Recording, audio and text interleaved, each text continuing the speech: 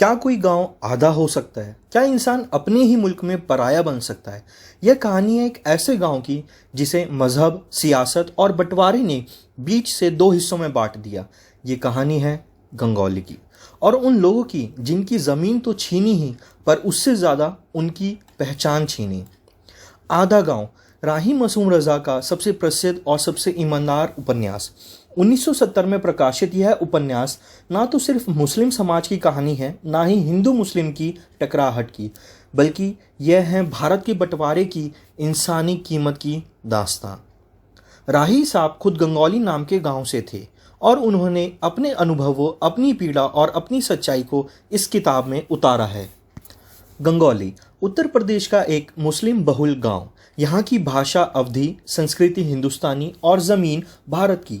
गांव में जमींदार भी हैं, मौलवी भी है, ब्राह्मण भी, और एक पीढ़ी जो ज्ञान, परंपरा और मोहब्बत में रची बसी है।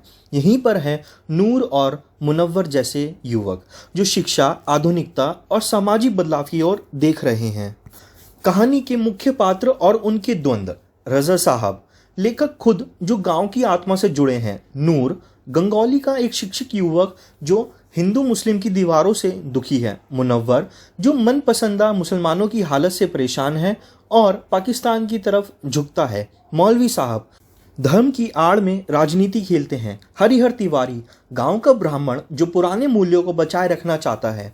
इन सब के भीतर एक ही द्वंद्व चल रहा है, क्या हम मुसलमान पहले हैं या हिंदुस्तानी? क्या मजहब ज़्यादा बड़ा है या इंसानियत? धीरे धीरे देश की राजनीति गांव में उतरने लगती है। बात बात पर अब सवाल उठने लगे हैं, तुम पाकिस्तान क्यों नहीं चले जाते? तुम्हारा देश कौन सा है? गंगौली जो कभी एकजुट था, अब टूटी हुई बातों, नफरत और शक से भर गया है। 1947 का बंटवारा अब सिर्फ नक्शे पर नहीं हो रहा था, बल्कि दिलों पर हो रहा था। नूर की मोहब्बत अब सवालों के घेरे में है क्योंकि वो मुस्लिम है और लड़की हिंदू। मुनव्वर अपने अंदर इस्लामिक राष्ट्र की कल्पना लेकर जल रहा है, पर क्या वह वाकई उस जमीन को छोड़ सकता है जिसकी मिट्टी में उसके पूर्वज दफन हैं? मौलवी और तिवारी जी की लड़ाई अब विचारधारा की नहीं बल्कि असीमता की हो गई है।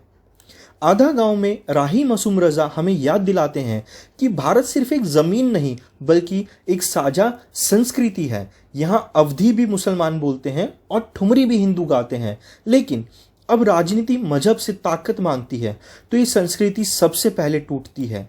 राही कहते हैं, मैं मुसलमान हूँ, मगर उससे पहले मैं गंगौली का हूँ, भारत का हूँ। बंटवारे के बाद गांव की कई मुसलमान पाकिस्तान चले जाते हैं, बाकी रह जाते हैं कश्मकश, डर और सामाजिक अस्वीकार के बीच पिसते हुए। गांव आधा रह जाता है, ना वहाँ पहले जैसी खुशबू है, ना वो स्वाद। गंगौली अब सिर्फ एक भौगोलिक जगह नहीं बल्कि एक आधा कर दिया गया मन है। आधा गांव आज भी उतना ही प्रासंगिक है क्योंकि मजहब के नाम पर बांटने की कोशिशें आज भी जारी हैं। मिलते हैं अगली कहानी में एक और अद्भुत भारत की परछाई के साथ।